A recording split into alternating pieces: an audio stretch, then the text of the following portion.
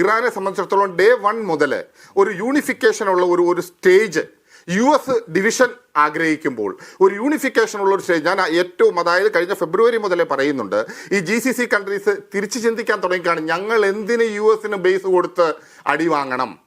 ആ ഒരു കൺസെപ്റ്റാണ് വന്നിരിക്കുന്നത്. ഞങ്ങൾ എന്തിന് US ബേസ് കൊടുത്തിട്ട് അടി വാങ്ങണം. കാരണം ഈ ഒരു concept economically of course one can understand.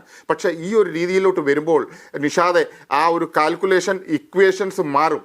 Foreign പോളിസിയിലുള്ള equations മാറി വരുമ്പോൾ തീർച്ചയായിട്ടും ഇറാൻ അപ്പർ ഹാൻഡ് അവിടെ കിട്ടും. കാര്യം ഒരു കാരണവശാലും US സംബന്ധിച്ചിടത്തോളം ഗ്രൗണ്ട് അറ്റാക്ക് നടത്തി ഒരു ഇറാനെ കീഴ്പ്പെടുത്തുക എന്നുള്ളത് തികച്ചും വ്യാമോഹമാണ്. രണ്ടാമത് ഇതിനകത്ത് കാണേണ്ടത് ചൈനയുടെ റോളാണ്. അതായത് ചൈനയ്ക്ക് തീർച്ചയായിട്ടും 40% ഓയിൽ പോകുന്നത് ഇറാനിൽ നിന്നാണ്. ഇറാൻ വെച്ചിരിക്കുന്നത് ഇറാൻ്റെ വളരെ ടാക്ട്ഫുൾ ഗെയിമാണ്. അതായത് നിങ്ങൾ ഹോർമസിലൂടെ വന്നോളൂ, ഫ്രണ്ട്ലി കൺട്രീസിന് ഞങ്ങൾ വളരെ ബെയർ മിനിമം ടാക്സ് ആണ്. അതെന്തുകൊണ്ട് ട്രംപ് നേരെ തിരിച്ചു ചിന്തിക്കുന്നില്ല? ട്രംപ് പറയുന്നത് ട്രംപിന് ഇഷ്ടപ്പെട്ട രാജ്യത്തിന് താരിഫ് കൂടുതലും ട്രംപിന് ഇഷ്ടപ്പെടാത്ത രാജ്യങ്ങൾക്ക് താരിഫ് കുറച്ചും.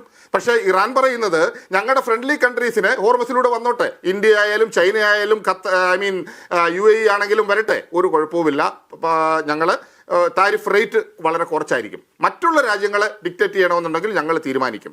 ഇതിനകത്ത് പല കാര്യങ്ങളുണ്ട്. ഒന്ന്, അതായത് ഹോർമോസ് എന്ന് പറയുന്നത് പ്രകൃതിയാ ഉള്ളതാണെന്നും അത് ഒരു കാരണവശാലും ഇറാൻ്റെ അല്ല എന്നും ഒരു വാദമുണ്ട്. പക്ഷേ അത് തികച്ചും തെറ്റാണ്. കാര്യം ഇൻ്റർനാഷണൽ സ്റ്റാൻഡേർഡ് അനുസരിച്ചിട്ട് സീഷോറിനോട് ചേർന്ന് ഇത്ര മൈൽ 22 മൈലോളം ഒരു രാജ്യത്തിന് അവകാശപ്പെട്ടത് തന്നെയാണ് തീർച്ചയായിട്ടും. ആ ഒരു കൺസെപ്റ്റ് വരുമ്പം ആർക്കും ഒന്നും ചെയ്യാൻ വയ്യാത്ത ഒരു അവസ്ഥയാണ് അമേരിക്കയെ സംബന്ധിച്ചിടത്തോളം. അമേരിക്ക അതുകൊണ്ട് തീർച്ചയായിട്ടും ഇതിനൊരു ലോ LIC എന്ന് വേണമെങ്കിൽ നമ്മൾ മിലിറ്ററി ടേംസിൽ പറയാം, ലോ ഇൻറ്റൻസിറ്റി കോൺഫ്ലിക്റ്റ് എന്നുള്ള രീതിയിൽ ഇടയ്ക്കിടയ്ക്ക് ഓരോന്ന് കൊടുത്തുകൊണ്ടിരിക്കാം. നിഷാദ് ഒരു കാര്യം കൂടെ ശ്രദ്ധിക്കണം. കാരണം അമേരിക്കയെ സംബന്ധിച്ചിടത്തോളം മാക്സിമം പ്രഹരശേഷിയുള്ള ആയുധങ്ങളെല്ലാം എടുത്തു കഴിഞ്ഞിരിക്കുകയാണ്. അതായത് ഇൻക്ലൂഡിങ് ബങ്കർ ബസ്റ്റർ 3000 പൗണ്ടോളം പ്രഹരശേഷിയുള്ള ബങ്കർ ബസ്റ്റർ വരെ ഉപയോഗിച്ച് കഴിഞ്ഞിരിക്കുകയാണ്. പക്ഷേ ഇതിലൊന്നും അവരുദ്ദേശിക്കുന്ന രീതിയിലുള്ള റിസൾട്ട് കണ്ടിട്ടില്ല. അപ്പോൾ ഇനിയും ശരിക്കും പറഞ്ഞാൽ ആകപ്പാടെ അമേരിക്കയ്ക്ക് എടുത്ത് ഉപയോഗിക്കാൻ പറ്റുന്ന ഒരു വജ്രായുധം എന്ന് പറയുന്നത് ഓഫ് കോഴ്സ് എല്ലാവരും ഭയപ്പെടുന്ന ന്യൂക്ലിയർ വെപ്പൺ തന്നെയാണ്, അല്ലാതെ വേറൊന്നുമില്ല. ആ ഒരു ലെവലിലോട്ട് വരില്ല ഒരു കാരണവശാലും. നേരെ മറിച്ച് ഇറാൻ എന്ന് പറയുന്ന രാജ്യം മിലിറ്ററി ടെർമിനോളജിയിൽ യുദ്ധനീതി അനുസരിച്ച് ഇക്കോണമി ഓഫ് എഫേർട്ട് എന്ന് പറയുന്ന ഒരു ടെർമിനോളജി ഉണ്ട്.